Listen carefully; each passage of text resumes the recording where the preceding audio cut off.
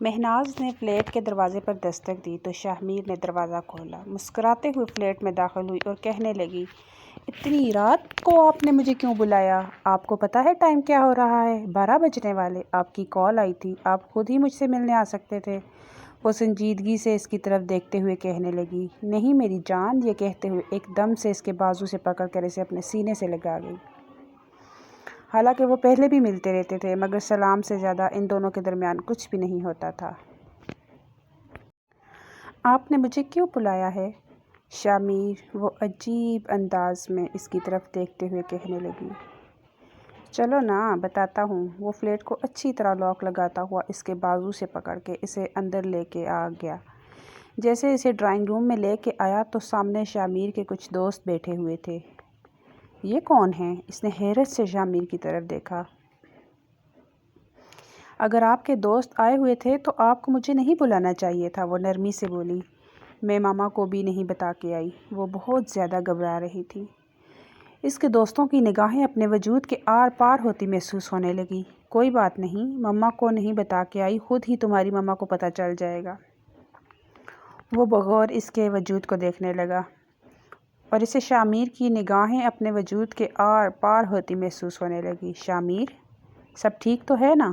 دیکھو اگر کوئی بات کرنی ہوئی آپ کو تو میں صبح آ جاؤں گی، ابھی میں جانے لگی ہوں۔ یہ کہتے ہوئے وہ واپس مڑی تو ایک دم سے شاہمیر نے اس کے بازو سے پکڑ کے اسے پیچھے صوفے پہ پھینکا۔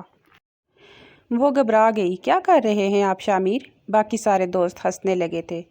کیا ہے نا لڑکی، بات سنو۔ شاہمیر نے بولا تھا وہ تم سے شادی کرے گا، بیچارہ مجبور ہو گیا۔ ماں باپ تو کبھی اس کے مانیں گے نہیں۔ ماں باپ؟ اسے حیرت ہوئی تھی۔ اسے تو یہی پتہ تھا کہ شاہمیر اکیلا ہے، اس کے ماں باپ ہیں نہیں، تو کیوں نہ شادی کے بغیر ہم سب آپ کے ساتھ سہاگ رات منا لیں۔ اس کی بات سن کے مہناز نے غصے میں شاہمیر کی طرف دیکھا۔ شاہمیر، یہ کیا بدتمیزی ہے؟ یہ کس انداز میں مجھ سے بات کر رہے ہیں؟ کیا ہے نا میری جان، دل ہمارا بہت زیادہ تڑپ رہا تھا ایک لڑکی کے لیے، اب ہمیں کوئی ملی نہیں تو مجبوراً میں نے کہا تمہارے ساتھ بھی یہ ڈرامہ ختم کیا جائے، اور کیوں نہ ایک رات کے لیے اچھی طرح تمہارے وجود سے اپنا تمام تر قرض وصول کر لیا جائے، جو اتنے سال تم سے محبت کرنے کا ناٹک کیا۔ وہ آنکھوں میں آنسو لیے شاہمیر کی طرف دیکھنے لگی، نفی میں سر ہلانے لگی۔ دیکھو شاہمیر، اگر یہ کوئی مذاق ہے تو بہت ہی بیہودہ مذاق کر رہے ہو تم، میرے ساتھ غصے میں چلاتے ہوئے بولی۔ میں نے کیوں تمہارے ساتھ مذاق کرنا ہے؟ یہ کہتے ہوئے ایک دم سے اس کے بازو سے پکڑ کر اسے مزید اپنے قریب کر گیا۔ سارے دوست ہنسنے لگے۔ ویسے شاہمیر، رات ہمارے پاس بہت کم بچ گئی ہے، چند گھنٹے ہیں اور ہم 4 ہیں، دیکھ لو، وہ آنکھ کا کونا دباتے ہوئے بولا۔ مہناز اپنا بازو چھڑاتے ہوئے وہاں سے بھاگنے کی کوشش کرنے لگی۔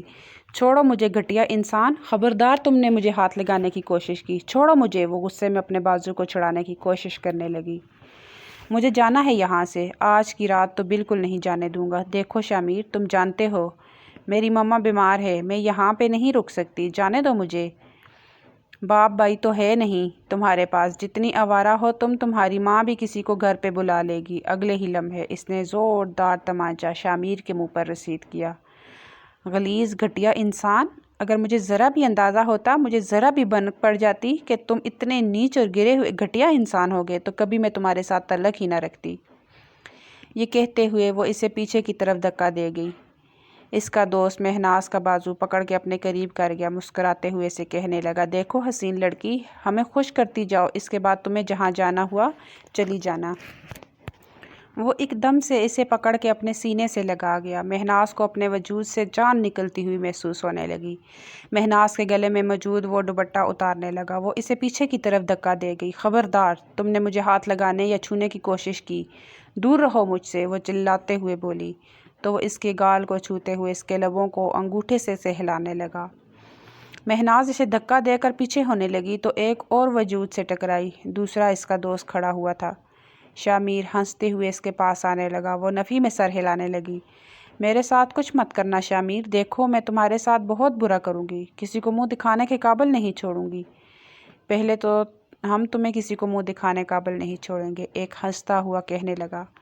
دیکھو تمہاری عزت خاک میں مل جائے گی، تم جیسی لڑکیوں کے لیے تو کوئی مسئلہ ہی نہیں ہوتا، نہ باپ کو جواب دینا نہ بھائی کو۔ جواب دینا۔ ایک رات گزار لوگی تو کیا ہو جائے گا، پتہ نہیں کتنے مردوں کے ساتھ گزار چکی ہوگی۔ وہ اس پہ ایسے غلیظ جملے کس رہے تھے کہ وہ خود سے نظریں ملانے کے قابل نہیں رہی تھی، بس انہیں پیچھے کرنے کی کوشش کرتی رہی۔ اچانک وہ اسے دور پھینک چکے تھے۔ شامیر نے اس کی قمیض کو کھینچا جو سائیڈ سے پھٹ چکا تھا، اور وہ اس شخص کو دیکھنے لگی جو اسے عزت دینے کی، جو اس سے شادی کرنے کے دعوے کرتا تھا، جو اس سے نکاح کرنے کے دعوے کرتا تھا۔ وہ اسے دیکھ رہی تھی۔ اسے یقین نہیں آ رہا تھا آج وہ اس کی عزت کا لٹیرا بنا ہوا ہے۔ صرف اکیلا نہیں بلکہ اپنے دوستوں کو بھی لے آیا ہے۔ اتنے سال اتنا لمبا محبت کا ڈرامہ کون کر سکتا ہے؟ اتنا تو کوئی بے حس جانور بھی نہیں کر سکتا جتنی شخص وہ بے حسی دکھا رہا تھا۔ اچانک اسے صوفے پہ پھینک کے وہ اس کے اوپر جھکا۔ وہ چیخنے لگی، چلانے لگی۔ اس کی ساری مزاحمتیں بیکار گئی تھی۔ وہ روتی، چلاتی رہی، سسکتی رہی، اپنی عزت کی بھیک مانگتی رہی، مگر وہ سارے اس پر اپنی درندگی دکھا چکے تھے۔ آخری دفعہ وہ شامیر کو دیکھ رہی تھی۔ اس کی آنکھوں میں سے آنسو بہہ رہے تھے۔ وہ سب جا چکے تھے، مگر شامیر عجیب نگاہوں سے اسے دیکھنے لگا۔ شامیر کی آنکھیں لال انگارہ ہونے لگی۔ اس کے تڑپتے کانپتے وجود کو دیکھ رہا تھا جسے اس نے کسی قابل نہیں چھوڑا۔ وہ اسپتال کے کمرے میں لیٹی چھت کو گورے جا رہی تھی۔ آنکھوں میں سے آنسو بہہ رہے تھے۔ آنسا بیگم اس کے پاس بیٹھی ہوئی تھی۔ اس نے اپنی ماں کی طرف دیکھا مگر کچھ بولی نہیں۔ اس کا وجود بالکل بے جان لگ رہا تھا۔ 1 مہینہ گزر چکا تھا اس بات کو۔ 1 مہینے میں اس نے جتنی پاگلوں جیسی حرکت کی، ہر طرح سے اس نے اپنی جان لینے کی کوشش کی۔ اس کی کلائیوں پر جگہ جگہ نشانات بنے ہوئے تھے، کاٹے جانے کے نشان۔ اس کی گردن کے پاس پھانسی کے نشان۔ نہ جانے اس نے کون سا طریقہ تھا جو نہیں چھوڑا تھا۔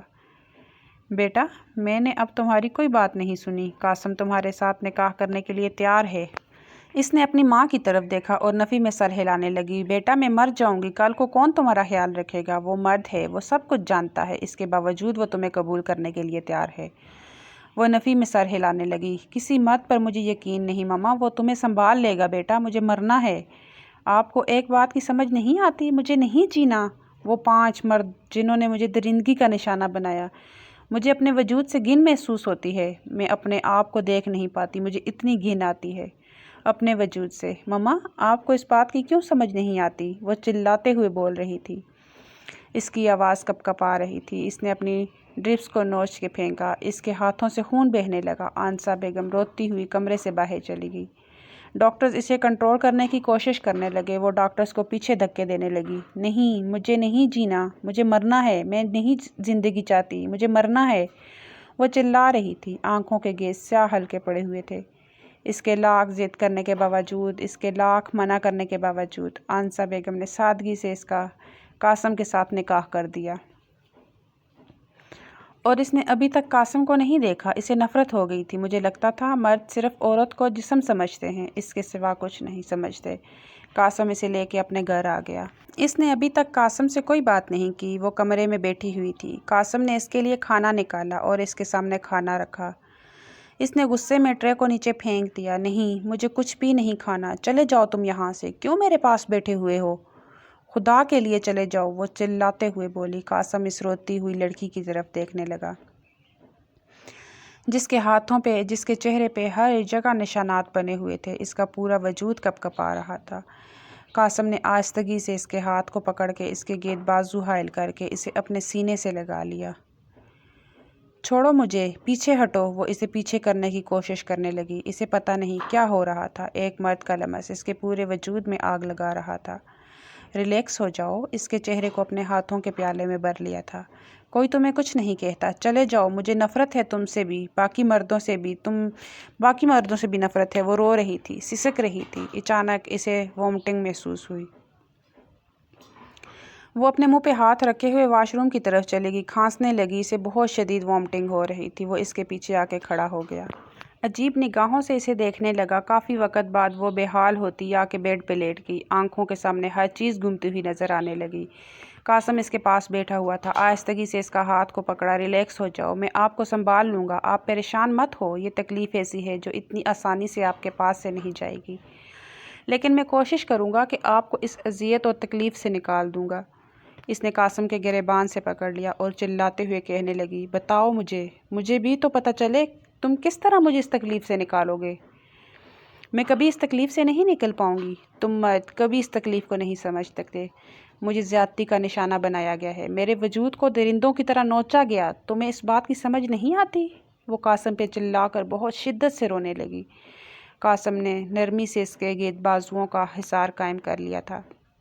وہ اس کا شوہر تھا، وہ اسے تحفظ کا احساس کروانا چاہتا تھا، اس سے بے انتہا محبت کرتا تھا۔ کتنے سال مسلسل اس لڑکی سے محبت کی تھی۔ وہ ایک دم سے قاسم کو پیچھے دھکا دیتی ہوئی باہر کی طرف چلی گئی۔ جا کے اس نے خود کو اسٹڈی روم میں بند کر لیا۔ قاسم مسلسل دروازے پر دستک دینے لگا۔ پلیز دروازہ کھولو، کیا ہو گیا تمہیں؟ پلیز دروازہ کھولو، دیکھو کچھ بھی غلط مت کرنا۔ پہلے بھی وہ اتنی دفعہ اپنی جان لینے کی کوشش کر چکی تھی، اب بھی اس نے یہی کرنا تھا۔ دروازے پہ دستک دیتا رہا، جا کے کھڑکی کی طرف دیکھا، کھڑکی کھلی ہوئی تھی۔ جلدی سے کھڑکی سے وہ اندر داخل ہوا تو سامنے اسٹڈی روم میں نیچے فرش پہ پڑی ہوئی تھی۔ اس کا پورا وجود کانپ رہا تھا، اس کے ہاتھ سے خون بہہ رہا تھا۔ اس نے وہی کیا تھا جو ہمیشہ سے کرتی آئی تھی۔ قاسم نے غصے میں اسے بازوؤں میں اٹھایا، لا کے اسے کمرے میں بیڈ پر لٹایا، اس کی بینڈیج کرنے لگا۔ چوٹ اتنی زیادہ گہری نہیں لگی تھی۔ ایک دم سے زوردار تماچا اس کے منہ پر رسید کیا اور چلاتے ہوئے کہنے لگا، تمہیں ذرا شرم نہیں آتی؟ اپنے آپ کے ساتھ کیا کرنا چاہتی ہو؟ اتنا زیادہ تمہیں مرنے کا شوق ہے؟ اپنے ہاتھوں سے تمہارا گلا دبا دوں؟ وہ غصے میں چلاتے ہوئے کہنے لگا، اس کا پورا وجود کپ کپا رہا تھا۔ میں نہیں جینا چاہتی، وہ روتے ہوئے بولی، میں بہت زیادہ تکلیف سے گزر رہی ہوں، میرا دل پھٹ رہا ہے۔ اچانک اسے محسوس ہونے لگا، ایک دفعہ پھر سے وہ بہت شدت سے وامٹنگ کرنے لگی۔ وہ اسے لے کے ہسپتال چلا گیا۔ اسپتال میں اس کا چیک اپ کرنے کے بعد ڈاکٹر مسکراتے ہوئے کہنے لگی، یہ ماما بننے والی ہے، اور یہ بات اس پر کسی قیامت کی طرح ٹوٹی تھی۔ وہ روتے ہوئے قاسم کی طرف دیکھنے لگی، چلاتے ہوئے کہنے لگی، مجھے یہ بچہ نہیں چاہیے، مگر قاسم خاموش تھا۔ وہ کیا کہہ سکتا تھا؟ اس وقت قاسم کو یوں لگا جیسے کسی نے اس کے پورے وجود سے جان نکال لی ہو، اور ڈاکٹر سے کہنے لگا کہ میری وائف ابھی بچہ نہیں چاہتی۔ ڈاکٹر کہنے لگی، دیکھیں یہ ممکن نہیں ہے، ان کی کنڈیشن ایسی نہیں کہ ہم ابارشن کریں، اور پلیز یہ فضول کام کرنے آپ لوگ بند کر دو، ویسے بھی یہ قانوناً جرم ہوتا ہے، بے گناہ کسی معصوم بچے کی جان لینا، یا تو آپ لوگ پہلے ہی نہ پلان کیا کریں۔ ڈاکٹر نے غصے میں کہا تو وہ خاموش ہو گیا۔ وہ رو رہی تھی، سسک رہی تھی، کمرے میں بیٹھی ہوئی تھی۔ وہ چلتا ہوا اس کے پاس آیا اور کہنے لگا، آرام سے بتاؤ مجھے، ان سب میں اس بچے کا کیا قصور ہے؟ کیا وہ نفی میں سر ہلانے لگی، پھر اسے کیوں مارنا چاہتی ہو؟ کیونکہ یہ ان لوگوں کا گندا خون ہے جنہوں نے میرے ساتھ یہ سب کچھ کیا۔ وہ روتے ہوئے بولی، کیا تمہیں لگتا ہے ایک مرد کے لیے ایسی عورت کو قبول کرنا آسان ہوتا ہے جس کے پیٹ میں کسی اور کا بچہ ہو؟ وہ نفی میں سر ہلانے لگی، لیکن میں اس کے باوجود تمہیں قبول کرنے کے لیے تیار ہوں۔ یہ کہتے ہوئے اس کی آنکھوں میں سے بہنے والے آنسوؤں کو صاف کرنے لگا۔ میں وعدہ کرتا ہوں میں تمہیں سنبھال لوں گا۔ وہ اس کے سامنے بیٹھی ہوئی تھی۔ پھر اگر یہ چاہتے ہو کہ تم واقعی مجھے سنبھال لو گے تو اس کے لیے مجھے کبھی چھونا مت، وہ بررائی ہوئی آواز میں بولی، اور وہ ایک لمحے کے لیے خاموش ہو گیا۔ کتنی بڑی اس سے ڈیمانڈ کر رہی تھی، کیوں نہ چھوں، بتاؤ مجھے، کیا تم میری بیوی نہیں ہو؟ کیا میں تم پہ حق نہیں رکھتا؟ نہیں رکھتے؟ اگر یہی سب کچھ کرنا ہے تو طلاق دے دو مجھے، میں پہلے بہت زیادہ اذیت اور تکلیف سے گزری ہوئی ہوں۔ وہ روتے ہوئے بولی تو وہ خاموش ہو گیا۔ وہ کیسے ضبط کر سکتا تھا، کیسے اس سے دور رہ سکتا تھا؟ وہ ایک مرد تھا، اس کے اندر جذبات تھے، احساسات تھے۔ رات کا نہ جانے کون سا پہر تھا، وہ ڈری ہوئی اس کے سینے سے لگی سو رہی تھی۔ جب اچانک قاسم کی آنکھ کھل گئی، اپنے سینے پہ لگی ہوئی اس لڑکی کو دیکھا تو نہ جانے کیوں اس کے چہرے کو، اس نے ہونٹوں کو دیکھتے وہ مکمل طور پر بہکنے لگا تھا۔ دھیرے دھیرے اس کے ہونٹ کو سہلانے لگا۔ وہ تو سکون کی نیند سو رہی تھی، مگر اس شخص کی نیندیں اڑ گئی تھی۔ آہستگی سے اپنے لبوں سے اس کے لبوں کو چھوا تو وہ ہوش کی دنیا میں واپس آ گئی۔ اس کا پورا وجود کپ کپانے لگا تھا۔ وہ پیچھے ہو گئی، نہیں، مجھے چھونے کی کوشش مت کرنا۔ اس کے حلق میں آنسوؤں کا پھندا اٹکا ہوا تھا۔ کیوں؟ آپ نے مجھے چھوا ہے، میں نے آپ کو منع کیا تھا نا۔ وہ رو رہی تھی، پوری کی پوری کپ کپا رہی تھی۔ وہ ایک دم سے خاموش ہو گیا۔ وہ کیسے اسے بتا پاتا وہ ایک مرد ہے، اس کے پہلو میں ایک حلال عورت ہے جس پہ وہ حق رکھتا ہے، جس پہ وہ اپنی خواہشات پوری کر سکتا ہے، مگر اس کے باوجود وہ اس کے قریب نہیں جا سکتا۔ اس نے منع کر دیا تھا۔ وہ بھی خاموش ہو گئی۔ وہ کہنے لگا، نہیں، میں دوبارہ ایسی غلطی نہیں کروں گا۔ نہ جانے مجھے کیا ہو گیا تھا۔ شامیر نے سامنے بیٹھی ہوئی اپنی بیوی کو دیکھا۔ دلہن کے روپ میں وہ لڑکی بہت حسین لگ رہی تھی، چہرے پہ دنیا جہاں کی معصومیت چھائی ہوئی تھی۔ وہ اسے دیکھنے لگا۔ کچھ دیر پہلے تک تو وہ بہت زیادہ خوش تھا اپنی شادی کو لے کے، مگر اب اچانک اس لڑکی کو اپنے سامنے دیکھ کے ایک عجیب سی تکلیف اس کے دل میں اٹھی تھی۔ وہ آنکھیں بند کرتا تو اس کی آنکھوں کے سامنے مہناز آنے لگ جاتی تھی۔ بار بار وہ مہناز کو سوچے جا رہا تھا۔ سامنے بیٹھی ہوئی حسینہ نے اسے دیکھا، مسکراتے ہوئے کہنے لگی، کیا ہوا ہے؟ آپ کدھر گم ہو گئے ہیں؟ حسنہ نے اس کے ہاتھ کو اپنے ہاتھ کی گرفت میں لیا اور مسکراتے ہوئے پوچھنے لگی۔ حسنہ کی بات سن کے وہ زبردستی مسکرایا اور نفی میں سر ہلانے لگا۔ نہیں، کچھ بھی نہیں ہوا۔ یہ کہتے ہوئے وہ اس کے قریب ہوا، اسے اپنی باہوں کے حصار میں لیتے ہوئے اس کی جولری اتارنے لگا۔ جا بجا اس پر اپنا لمس چھوڑے جا رہا تھا، مگر اچانک نہ جانے اسے کیا ہوا، وہ اس سے دور ہو گیا۔ آنکھیں بند کرتا تو مہناز کا چہرہ اس کے سامنے آنے لگ جاتا تھا، جس کی وجہ سے وہ اس کے قریب بھی نہیں جا پا رہا تھا۔ کیا ہو گیا ہے، بتائیں مجھے، وہ سنجیدگی سے پوچھنے لگی، مگر وہ کچھ بولا نہیں۔ وہ ایک دم سے اس کے سینے سے لگی، کہنے لگی، میں آپ سے ویسے اتنی بورنگ نائٹ کی امید نہیں کر سکتی تھی جتنی آپ کر رہے ہیں۔ وہ منہ پھیلاتے ہوئے اس کی طرف دیکھتے ہوئے بولی، مگر وہ کچھ بولا نہیں تھا۔ نہیں، بس ایسی کوئی بات نہیں ہے، تم پریشان مت ہو، کافی رات ہو گئی ہے، سو جاؤ۔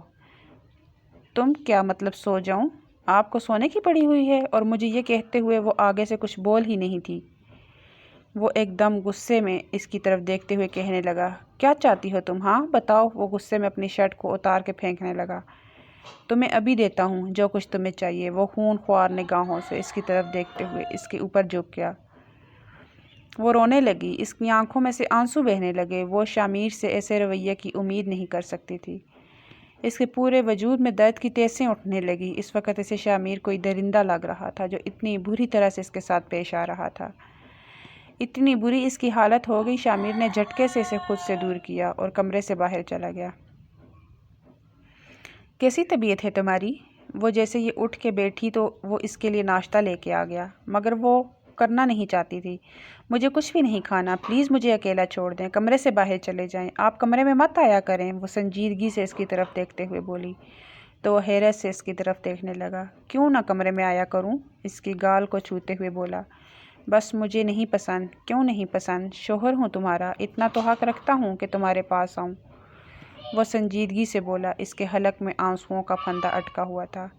جب آپ میرے سامنے آتے ہیں تو مجھے وہ 4 مرد یاد آتے ہیں جنہوں نے اذیت اور تکلیف مجھے دی، اتنی تکلیف دی کہ میں کسی اور مرد کو اپنی زندگی میں قبول نہیں کر سکتی۔ وہ روتے ہوئے بولی، اور تم بار بار مجھے یہ بات بتا کے مجھے تکلیف میں مبتلا کر رہی ہو۔ وہ سنجیدگی سے بولا، تو چھوڑ دیں مجھے، نہیں اپنی زندگی میں رکھنا چاہتے تو ویسے بھی لوگ کیا کہیں گے، آپ کے بارے میں کیا سوچیں گی جب انہیں پتہ چلے گا کہ آپ کے پاس کسی اور کا بچہ ہے، کسی اور مرد کی ناجائز اولاد۔ خدا کے لیے خاموش ہو جاؤ، بار بار ایک بکواس مت کیا کرو۔ اب کی بار وہ چلاتے ہوئے بولا۔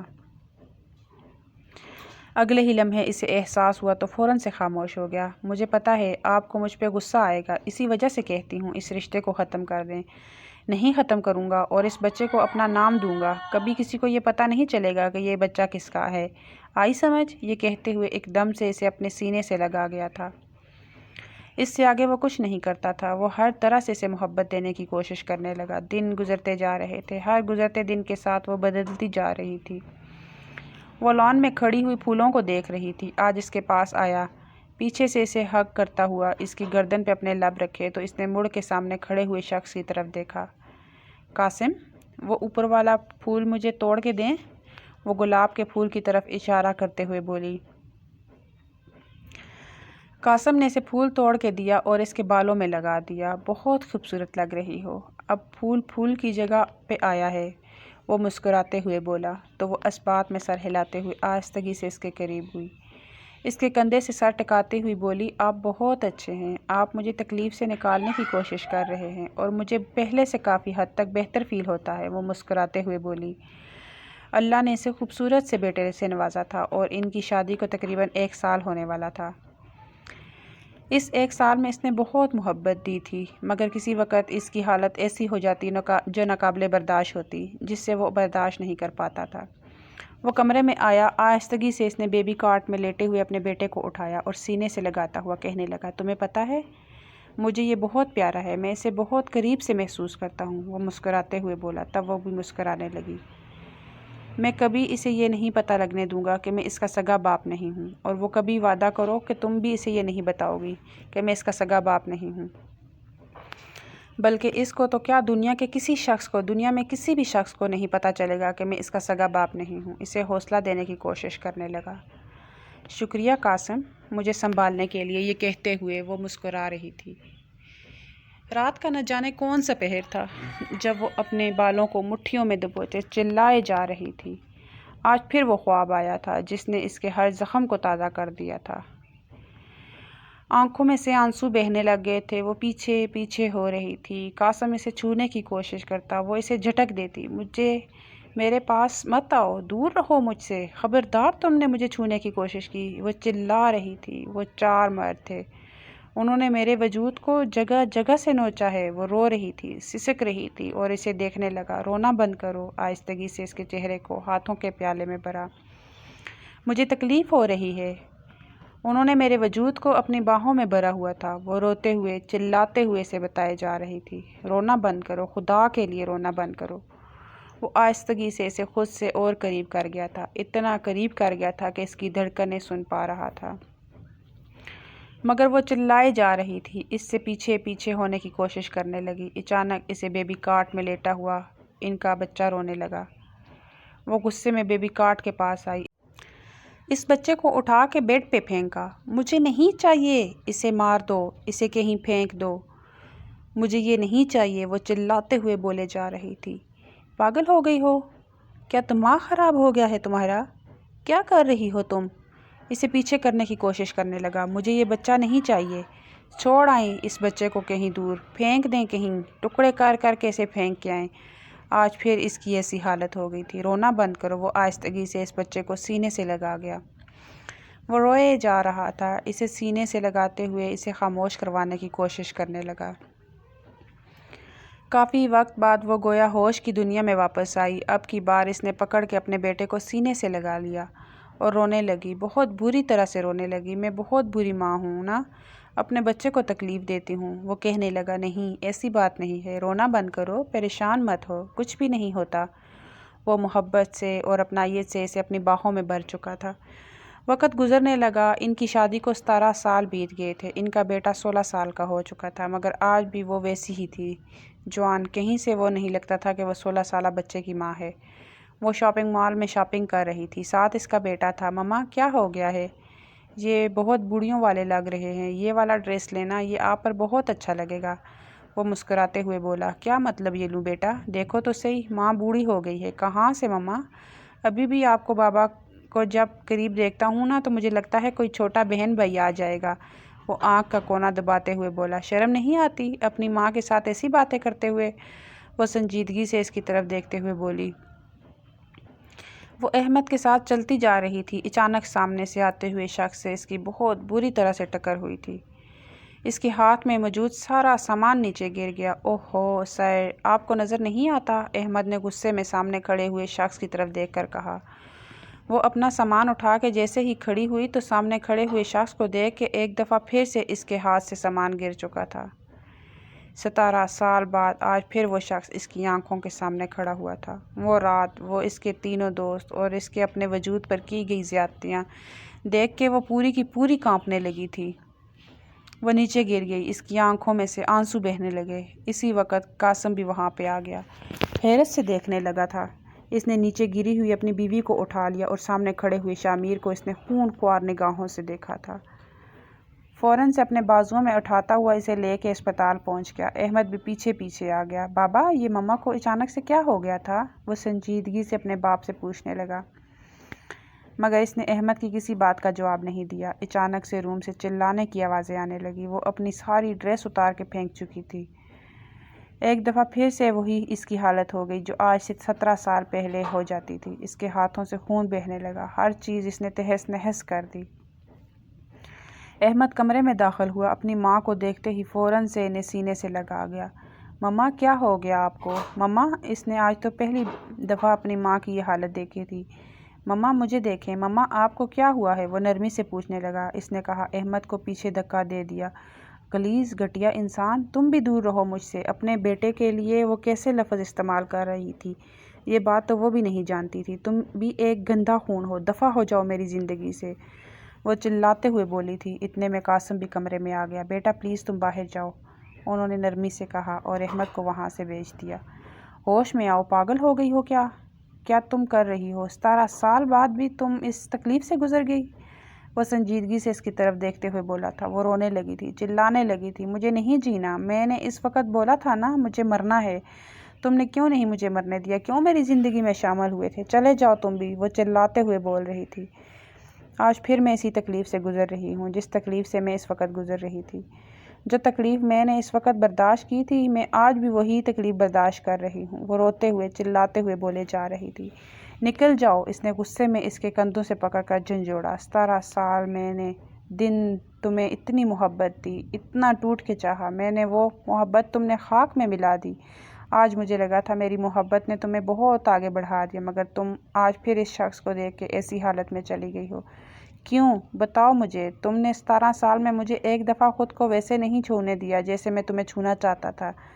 مجھے بھی اولاد کی خواہش تھی، لیکن 17 سال میں نے تم سے کوئی ڈیمانڈ نہیں کی، کوئی فرمائش نہیں کی تاکہ تم آگے بڑھ سکو، لیکن 17 سال میں بھی تم آگے نہیں بڑھ پائی، تو پھر میں کیسے بتاؤں؟ میری وہ ساری محبت رائے گاں چلی گئی ہے، میرے پاس کچھ بھی نہیں بچا، میں خالی ہاتھ ہو گیا۔ اور جو تمہیں میں نے اتنے سال محبت دی، جتنی میں تم سے اپنی محبت لٹاتا، 17 سال تم میری باہوں کے حصار میں سوئی، اور 17 سال تم میرے پہلو میں سوئی ہو، اور اتنے سالوں میں کیا کبھی میں نے تمہارے ساتھ کیے گئے وعدے کی خلاف ورزی کی ہے؟ کبھی میں نے تمہارے ساتھ وہ تعلق بنایا ہے جس کی مجھے خواہش تھی؟ میں 40 سال کا مرد ہوں، اور تمہیں کیا لگتا ہے؟ بلکہ اس سے بھی زیادہ عمر کا ہوں، 45 سال سے بھی زیادہ کہوں گا۔ تمہیں کیا لگتا ہے اتنی عمر میں کیا کوئی مرد کسی عورت کو چھوئے بغیر رہ سکتا ہے؟ لیکن دیکھو، میں نے نہیں چھوا، میں نے کسی عورت کو نہیں چھوا، شاید تمہیں ایسا لگتا ہو، لیکن تم نے مجھے منع کیا تھا۔ میں نے اتنے سال تم سے محبت کی، مسلسل میں تم سے محبت کرتا رہا ہوں، لیکن بدلے میں تم نے مجھے کیا دیا؟ اس ایک شخص کو دیکھتے ہی تم نے سب کچھ میری محبت میں میرے منہ پہ مار دیا۔ کیا تمہیں میری محبت نہیں چاہیے؟ تم اس شخص کو دیکھ کے ویسی حالت میں چلی گئی ہو، وہ اسے دیکھتے ہوئے بولا۔ وہ اور اپنے بیٹے کو تم کن الفاظ سے پکار رہی تھی؟ ہاں، وہ میرا بھی بیٹا ہے۔ نہیں ہے وہ ہمارا بیٹا، نہیں ہے، وہ اس غلیظ انسان کا ہے، وہ شامیر کو دے آؤ۔ پاگل ہو گئی ہو؟ کیا تم اپنے بیٹے سے محبت کرتی ہو؟ دماغ خراب ہو گیا ہے تمہارا؟ تمہیں پتہ ہے وہ شامیر کا ہے؟ ہاں، وہ شامیر کا ہے، اس کی شکل شامیر جیسی ہے، آپ کو نظر نہیں آتا؟ مجھے پتہ ہے اس کے باقی دوستوں کا وہ نہیں ہے، وہ اسی کا ہے، وہ غلیظ اولاد اسی کی ہے، وہ چلاتے ہوئے بول رہی تھی۔ وہ غصے میں کہنے لگا، بس کر دو، بکواس بند کرو، کیا فضول بکواس کیے جا رہی ہو؟ خبردار جو تم نے اب میرے بیٹے کے لیے غلیظ کہا، وہ چلاتے ہوئے بولا تھا۔ مگر احمد دروازے میں کھڑا ہوا تھا، ان کی تمام باتیں سن چکا تھا۔ اس کے لیے تو صرف یہ بات ہی کسی قیامت سے کم نہیں تھی کہ وہ قاسم کا بیٹا نہیں تھا۔ آنکھوں میں سے موٹے موٹے آنسو بہنے لگے۔ وہ سامنے اپنے باپ اور اپنی ماں کو دیکھ رہا تھا جن کا آپس میں ہی جھگڑا چل رہا تھا۔ حقیقت تو وہ ابھی بھی جان نہیں پایا تھا کہ حقیقت کیا تھی، مگر وہ وہاں سے جانے لگا۔ احمد میری بات سنو۔ قاسم اس کے پیچھے پیچھے بھاگے تھے۔ احمد بیٹا دیکھو میری بات سنو۔ وہ باہر کی طرف جا رہا تھا، وہ اس کے پیچھے پیچھے آنے لگے، اس کے بازو سے پکڑ کے کھینچا تھا۔ مجھے مت بلائیں، وہ اپنے آنسو کنٹرول کرنے کی کوشش کرنے لگا۔ میں کس کا بیٹا ہوں؟ کون ہے یہ شامیر جو مال میں آیا تھا، جس کو دیکھ کے ماما ایسی ہو گئی تھی؟ وہ کیا لگتا ہے ماما کا؟ بتائیں مجھے، کیا حقیقت ہے؟ کون چار مرد، کون ان کے دوست؟ مجھے حقیقت بتائیں۔ وہ رو پڑا تھا، اس کی آنکھوں میں سے آنسو بہنے لگے۔ احمد کچھ بھی نہیں ہوا، پلیز تم اس سارے معاملے سے دور رہو، تم میرے بیٹے ہو۔ وہ اسے اپنے سینے سے لگا چکے تھے۔ اس نے قاسم صاحب کو پیچھے کر دیا۔ نہیں ہوں میں آپ کا بیٹا، آپ کا بیٹا نہیں ہوں، اور یہ بات میرے لیے کسی تکلیف اور اذیت سے کم نہیں ہے کہ میں آپ کا بیٹا نہیں ہوں۔ کون ہے وہ مرد؟ بتائیں مجھے جس کا میں بیٹا ہوں۔ شامیر کون ہے؟ اور بتائیں مجھے کیا حقیقت ہے؟ وہ روتے ہوئے پوچھنے لگا تھا، اور آج پہلی دفعہ قاسم کو اندازہ ہوا تھا کہ ماضی کبھی ساتھ نہیں چھوڑتا، چاہے انسان کتنا بھی اس سے دور بھاگنے کی کوشش کر لے، اور سچ کبھی چھپتا نہیں، اسے کتنا بھی چھپانے کی کوشش کی جائے۔ شامیر، آپ سے کوئی لڑکا ملنے آیا ہے۔ اپنی بیوی کی بات سن کے شامیر فوراً سے اٹھا۔ آج صبح ہی سے وہ بہت زیادہ ڈسٹرب لگ رہا تھا۔ وہ اٹھا اور ڈرائنگ روم کی طرف چلا گیا۔ جیسے ہی وہ ڈرائنگ روم میں داخل ہوا، سامنے بیٹھے ہوئے لڑکے کو دیکھ کے اس کے چہرے پہ ہوائیاں اڑنے لگی تھی۔ کیونکہ وہ کسی قسم کے سوال جواب دینے کی ہمت نہیں رکھتا تھا۔ وہ چلتے ہوئے ان کے پاس آیا۔ احمد نے مسکراتے ہوئے اس شخص کی طرف دیکھا تھا مگر وہ مسکرا نہیں پایا۔ شامیر، اس نے نام بڑبڑایا تھا اور وہ اس لڑکے کو دیکھ چکے تھے۔ ان دونوں کے پہلے ہی مال میں ملاقات ہو چکی تھی اور وہ مہناز کا بیٹا ہے۔ جی بیٹا، آپ یہاں کیسے آنا ہوا؟ وہ سنجیدگی سے پوچھنے لگا۔ باپ سے ملنے آیا ہوں۔ اس کے چہرے پہ دنیا جہاں کی سنجیدگی چھائی ہوئی تھی، آنکھوں میں سے آنسو بہنے لگے۔ وہ اتنی شدت سے رویا کہ وہ خود پریشان ہو گئے اور وہ کہنے لگا، مجھے حقیقت جاننی ہے، بتائیں مجھے کیا ہوا تھا؟ کیا میری ماما کے ساتھ ہوا تھا؟ میں کیسے آپ کا بیٹا ہوں؟ بتائیں۔ وہ سنجیدگی سے 17 سالہ لڑکا غصے میں پوچھنے لگا۔ دیکھو، میں کچھ بھی نہیں جانتا، جاؤ تم یہاں سے۔ وہ احمد سے نظر بھی نہیں ملا پا رہا تھا۔ وہ جان چکا تھا کہ احمد اس کا ہی بیٹا ہے۔ پلیز تم جاؤ یہاں سے۔ وہ دوبارہ سے سنجیدگی سے گویا ہوا۔ نہیں، میں نے جانا نہیں جب تک مجھے حقیقت نہیں پتہ چلے گی۔ میں یہاں سے نہیں جاؤں گا، وہ غصے میں بولا تھا۔ چلتا ہوا ان کے پاس آیا۔ بتائیں نا مجھے کیا ہوا تھا، کیسے میں آپ کا بیٹا ہوں؟ آپ کو پتہ ہے میری ماں نے مجھے کیا کہا ہے؟ غلیظ خون ہے، غلیظ خون مجھے کہا گیا۔ بتائیں مجھے اب میں کیسے غلیظ خون ہوں؟ وہ غصے میں چلاتے ہوئے پوچھنے لگا تو وہ کہنے لگا، پلیز تم جاؤ یہاں سے۔ کیوں جاؤں؟ میں کس وجہ سے جاؤں؟ نہیں، میں نے نہیں جانا۔ مجھے یہ جاننا ہے کہ میں آپ کا بیٹا کیسے ہوں۔ اور اس کی آنکھوں میں سے آنسو بہے جا رہے تھے۔ وہ رونے لگا، بہت بری طرح سے رونے لگا تھا۔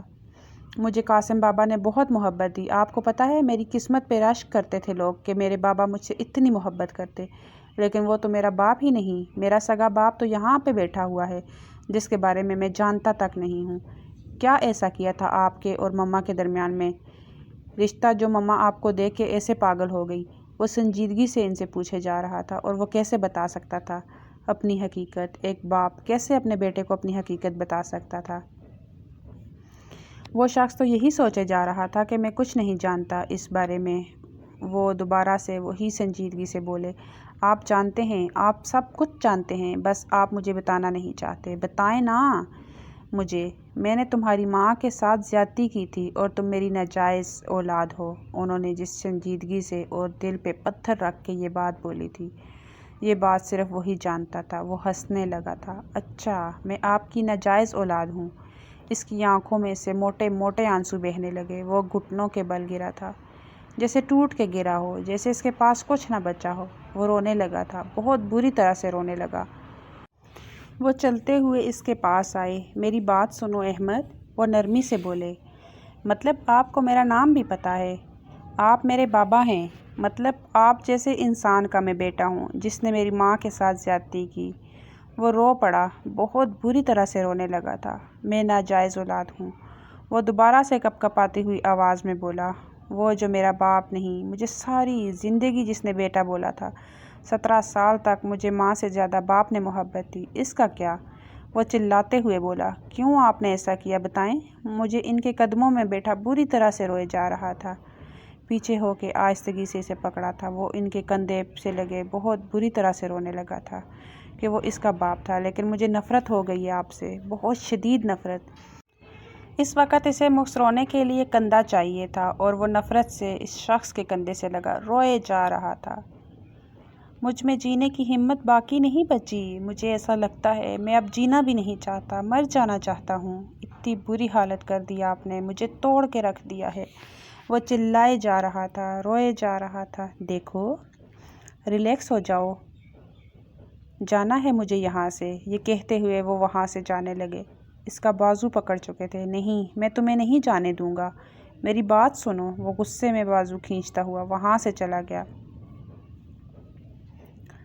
سڑک پہ چلتا جا رہا تھا، بار بار ان کی باتیں کانوں میں گونج رہی تھی۔ تم ناجائز اولاد ہو، تم میری ناجائز اولاد ہو، بس ایک ہی بات اس کے کانوں میں گونج رہی تھی۔ میں نے تمہاری ماں کے ساتھ زیادتی کی تھی تو میں ناجائز اولاد ہوں؟ اس سے آگے تو وہ کچھ سوچ ہی نہیں پا رہا تھا۔ قاسم، میرا بیٹا کہاں چلا گیا؟ وہ کال بھی نہیں اٹھا رہا۔ کال کرے نا اسے، کہاں چلا گیا ہے؟ وہ قاسم کے گریبان سے پکڑ کے اسے جھنجھوڑتے ہوئے پوچھنے لگی۔ وہ خود تو سنبھل چکی تھی، اب اسے احمد کی ٹینشن بنی ہوئی تھی، روئے جا رہی تھی۔ پورے گھر کو اس نے سر پہ اٹھایا ہوا تھا۔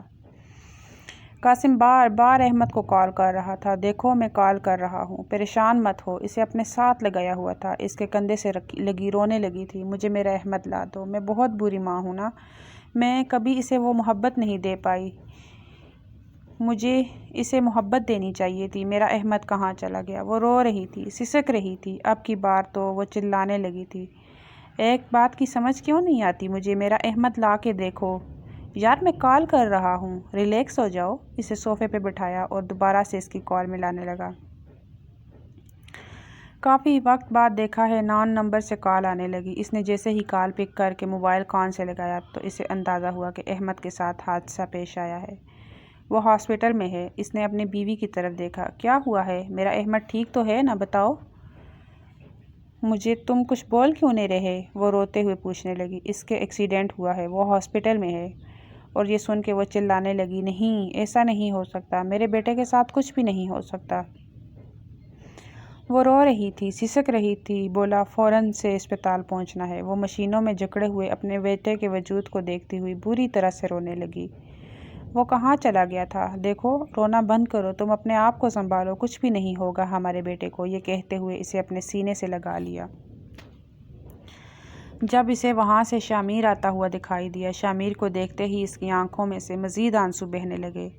شامیر جیسے ہی اس کے پاس آیا تو وہ غصے میں اس کے گریبان سے پکڑ کے تمانچہ اس کے منہ پر رسید کر چکی تھی۔ غلیظ گھٹیا انسان، کیا لینے آئے ہو تم یہاں؟ میرے بیٹے کو کچھ ہوا تو اس کی وجہ تم ہوگے، صرف تم ہوگے۔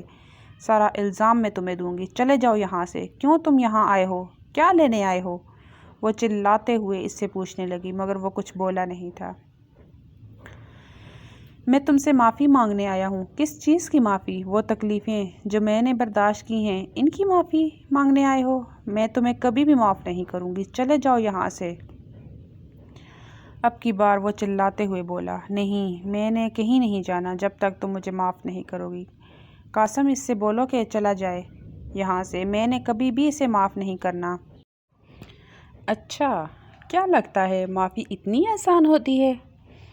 میں نے اسے نہیں معاف کرنا، اس نے مجھے تکلیف دی ہے۔ وہ رونے لگی، چلانے لگی۔ قاسم نے اسے جانے کا اشارہ کیا۔ خدا کے لیے ہماری زندگیوں سے اب تو چلے جاؤ، کیوں ہمارے پیچھے پڑ گئے ہو؟ تمہاری وجہ سے ہمارا بیٹا اس حال میں ہے، وہ میرا بھی بیٹا ہے۔ اس نے روتے ہوئے شامیر کی طرف دیکھا اور کہنے لگی، کون سا تمہارا بیٹا؟ کس بیٹے کی بات کر رہے ہو؟ نہیں ہے وہ تمہارا بیٹا، دفع ہو جاؤ یہاں سے۔ خدا کے لیے ہماری زندگیوں سے چلے جاؤ، ہمیں بخش دو، کیوں نہیں تمہیں اس بات کی سمجھ آتی؟ وہ چلاتے ہوئے بولنے لگی اور شامیر خاموشی سے وہاں سے چلا گیا۔ بس جاتے جاتے اتنا کہہ گیا، ہو سکے تو مجھے معاف کر دینا۔ اس کے بعد اس نے کوئی بات نہیں کی۔ احمد کی کنڈیشن بہت بری ہوتی گئی۔ اس نے اپنی رو رو کے بہت بری حالت بنائی ہوئی تھی۔ دیکھو اگر احمد کو کچھ ہوا تو میں کبھی خود کو معاف نہیں کر پاؤں گی۔ یہ سب کچھ میری وجہ سے ہو رہا ہے نا؟ احمد کے ساتھ ایسا بیہیو کرتی نہ یہ سب کچھ ہوتا۔ رونا بند کرو، کچھ بھی نہیں ہوگا ہمارے احمد کو۔ یہ کہتے ہوئے اسے اپنے سینے سے لگا گیا۔ نہ جانے کتنی دیر کے بعد اسے ہوش آئی، وہ تڑپ اٹھی۔ وہ کہنے لگی، مجھے اپنے بیٹے سے ملنا ہے۔ ڈاکٹر نے بھی ملنے کی اجازت دے دی۔ وہ جیسے ہی روم میں داخل ہوئی تو سامنے وہ سویا ہوا تھا، شاید بے ہوشی کی حالت میں تھا۔ چلتی ہوئی اس کے پاس آئی، اس کے ہاتھوں کو پکڑ کر چومنے لگی، اپنی آنکھوں سے لگا لیا تھا۔ میرا بیٹا، میری زندگی، تم سب کچھ ہو میرے لیے، میں کبھی تمہیں خود سے دور نہیں کر سکتی۔ برداشت ہی نہیں ہو رہا تھا مجھ سے کہ تمہیں میں خود سے دور کروں۔ وہ رو رہی تھی، سسک رہی تھی۔ اس نے ہلکی ہلکی آنکھیں کھول کے اپنی ماں کی طرف دیکھا، جن کی آنکھوں میں اتنے سالوں کی اذیت اور تکلیف واضح ہو رہی تھی۔ وہ اپنی ماں کے ہاتھوں کو اپنے لبوں تک لے آ گیا، انہیں چومنے لگا تھا۔ شاید اس کے لیے سب کچھ اس کی ماں ہی تھی۔ وہ اور کسی رشتے پر بھروسہ نہیں کرنا چاہتا تھا۔ وقت کے ساتھ ساتھ وہ آہستہ آہستہ ٹھیک ہونے لگا، مگر ایک تکلیف جو اس کے دل میں بس چکی تھی، شاید وہ کبھی بھی اس تکلیف کو اپنے دل سے نہ نکال پاتا۔ کچھ دن بعد ہی انہیں پتہ چلا کہ شامیر کا انتقال ہو چکا ہے، مگر کیسے ہوا یہ کسی کو نہیں پتہ تھا۔ وہ آخری دفعہ وہ معافی مانگ کے گیا تھا، مگر وہ معاف نہیں کر پائی تھی۔ ایک اذیت اور تکلیف جو اس کے اندر بسی ہوئی تھی، جو اسے زخم شامیر کی طرف سے ملا تھا، اس میں وہ بہت رویا تھا۔ شاید ہی وہ کبھی اتنی زندگی میں رویا ہو۔ اس خط پر پڑے ہوئے آنسوؤں کے نشان۔ وہ کہنے لگا، ہم نے تمہارے ساتھ غلط کیا تھا نا زندگی میں، مجھے کبھی سکون نہیں ملا۔ خدا نے مجھے 3 بیٹیاں دی اور تینوں مر گئی۔ میری ایک بیوی کا انتقال ہو گیا، میرے پاس کچھ بھی باقی نہیں بچا۔ میں اکیلا رہ رہا ہوں اور میرے باقی سارے دوست ان کا ایکسیڈنٹ ہوا تھا، اکٹھا ہوا تھا۔ ان میں سے 2 معذور ہیں، ایک کی جان چلی گئی تھی جو دوسروں کے رحم و کرم پہ پل رہے ہیں۔ تمہاری بد دعاؤں نے ہمیں زندگی میں سکون نہیں دیا، اور وہ رات ہماری زندگی کی سب سے بڑی اور قیامت خیز رات تھی، جس میں ہم نے اتنا بڑا گناہ کیا جس کا پچھتاوا ہمیں ساری زندگی رہے گا۔ ان کو دیکھتے ہی بہت شدت سے رونے لگی تھی۔ احمد کمرے میں داخل ہوا، اپنی ماں کو دیکھنے لگا، چلتا ہوا ان کے پاس آیا، ان کے ہاتھ کو پکڑ کے اپنے لبوں سے لگا گیا۔ مما، آپ میرے لیے بہت اہم ہو مما، میرا سب کچھ آپ ہو۔ یہ کہتے ہوئے ان کی گود میں اپنا سر رکھ گیا۔ آنکھوں میں سے آنسو بہنے لگے۔ اس نے احمد کی پیشانی کو چوما تھا۔ بچہ، تم سب کچھ جان چکے ہو نا، بس ایک نارمل زندگی میں گزارنا چاہتی ہوں، اس سے زیادہ کچھ نہیں۔ یہ کہتے ہوئے انہوں نے محبت سے اس کے ہاتھوں کو چوما۔ مما، آپ اپنا بھی خیال رکھا کریں۔ یہ کہتے ہوئے وہ کمرے سے باہر چلا گیا تھا۔ اب قاسم کمرے میں داخل ہوا، چلتا ہوا اس کے پاس آیا۔ وہ قاسم کے سینے سے لگ گئی تھی، اپنی آنکھیں بند کر گئی۔ شکریہ قاسم، مجھے ہر لمحہ سنبھالنے کے لیے۔ کبھی آپ مجھ سے تنگ نہیں آئے، کبھی آپ نے مجھے یہ نہیں کہا کہ میں یہ کیوں کہتی ہوں، میں وہ کیوں کہتی ہوں، میں اسے یاد کیوں کرتی ہوں، میں وہ لمحے بھول کیوں نہیں جاتی۔ قاسم، آپ نے ہمیشہ مجھے سمجھا ہے، میں نے ہمیشہ آپ کی محبت کو محسوس کیا ہے۔ یہ کہتے ہوئے اس کے سینے پہ سر ٹکائے اپنی آنکھیں بند کر گئی۔ قاسم نے اس کے ہاتھوں کو چوم لیا۔ آج تم مکمل طور پر خود کو بہتر محسوس کر رہی ہو، وہ نرمی سے بولا۔ تو اس نے اس بات میں سر ہلایا۔ تو کیا تم آج بھی مجھے میرا حق نہیں دو گی؟ اس کا چہرہ بالکل شرم سے لال ہو چکا تھا۔ ہمارا بیٹا 17 سال کا ہے، تو کیا ہوا ہے، وہ تو آج بھی ہم سے بہن بھائی مانگتا ہے، وہ مسکراتے ہوئے بولا تھا، اور وہ اپنی نگاہیں جھکا گئی جیسے وہ آج اس سے دور نہیں جانا چاہتی تھی۔ آج وہ اپنا آپ اس کے حوالے کر گئی، اور آج پہلی دفعہ اس شخص نے کھل کے اس کی محبت کو محسوس کیا تھا۔ سٹوری پسند آئی ہو تو سٹوری کو لائک کر دیں، چینل کو سبسکرائب کر دیں۔ Thanks for watching.